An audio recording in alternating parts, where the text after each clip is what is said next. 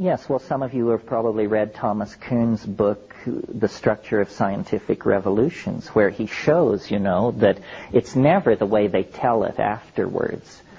The aftertelling is always about the primary insight, the careful experiment, the gathering of data, the correlation. Actually, it doesn't work like that at all. It's entirely psychic, piecemeal, ruled by synchronicity.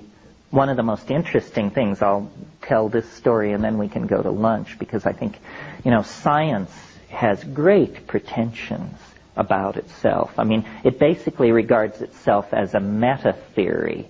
It regards itself as capable of passing judgment on all other theories. They are supposed to submit themselves to science to be told whether they're real or not.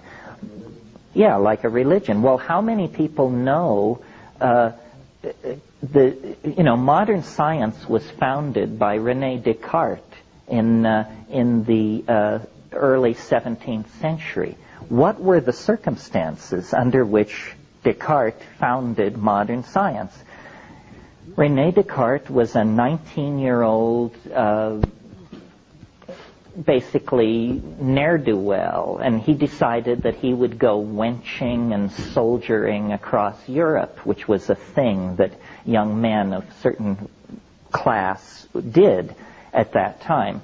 And so he joined a Habsburg army that was laying siege to Prague in the summer of 1619, and after they had taken care of the problem there in Prague, this Habsburg army began to retreat across southern Germany.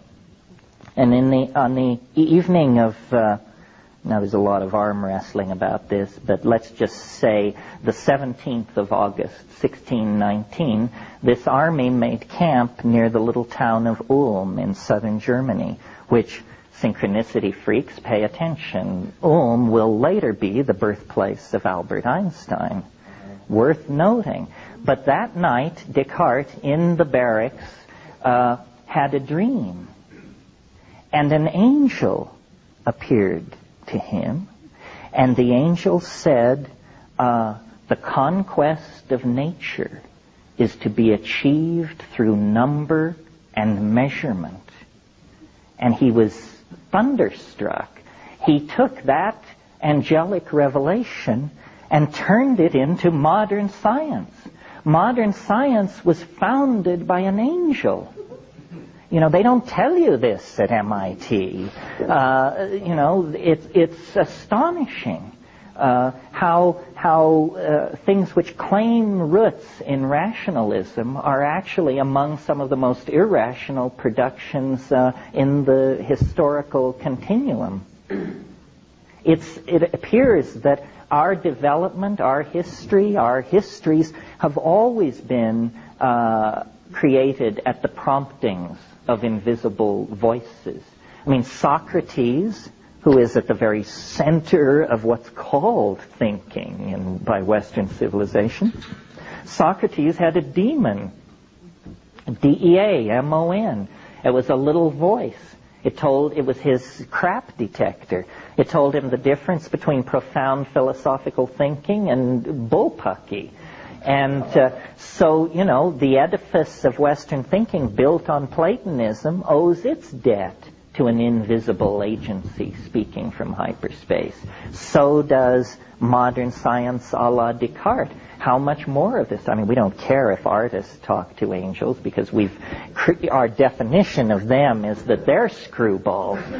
But to believe that an enterprise like modern science has to trace its way back to the same ecstatic roots is, I think, very suggestive that the world is stranger than we can suppose, and that we need to open these channels of communication to these invisible worlds. Probably the next great paradigm shift will be enunciated by a mushroom, an angel, an elf, an alien, what have you.